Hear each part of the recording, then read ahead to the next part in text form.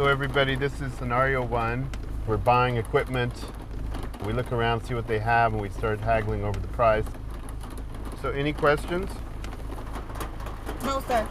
I think it's right up here about a quarter of a mile. Jim Puckett is leading a team that's going undercover to find out what actually happens to electronics that are sent to U.S. recyclers.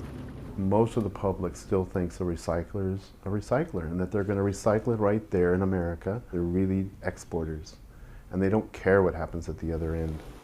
Shows us 10 meters out. Puckett is the founder of the Basel Action Network, a Seattle-based watchdog group that investigates the afterlife of electronics. We're basically trying to stop the rich countries from dumping their hazardous waste on the poorer countries. In this case, Hong Kong. But they're running. Running away? To get inside, a local driver and translator posed as e-waste buyers. 老板，我们过来买货的。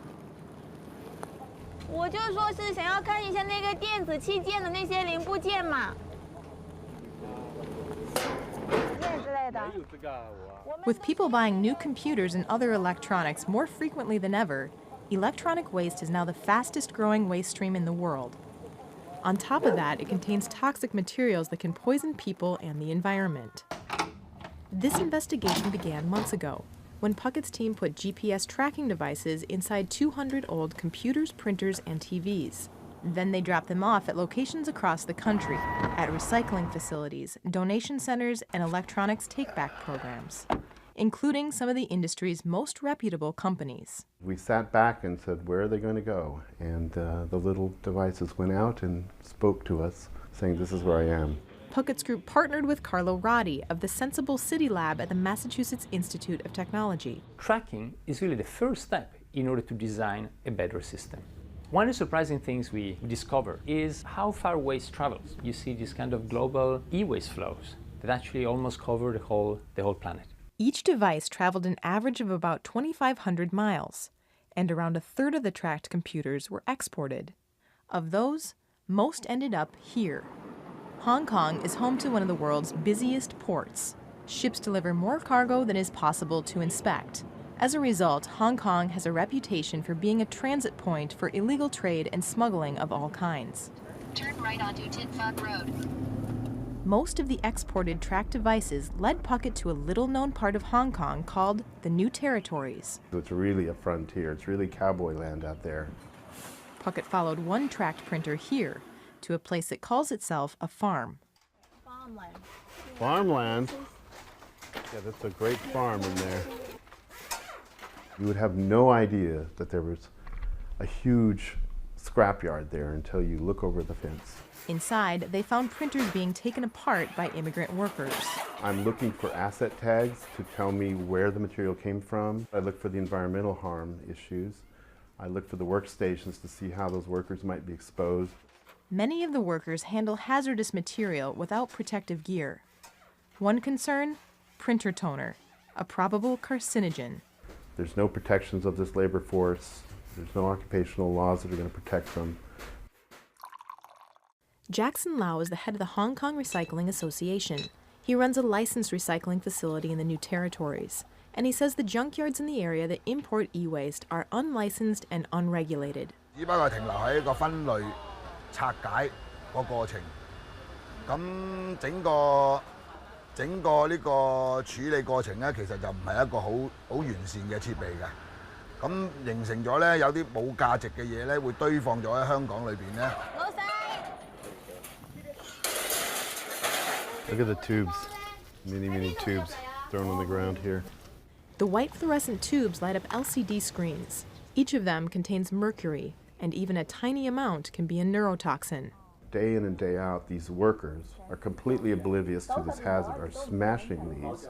The tubes are breaking right in front of their faces, and mercury is very toxic. 你哋要戴口罩。 I asked him that if he knows the wipe tubes are dangerous. He has no idea. The United States is the only developed nation that hasn't ratified an international treaty to stop first world countries from dumping e-waste on developing nations. Other developed nations set e-waste collection mandates and require electronics manufacturers to pay for domestic e-waste processing.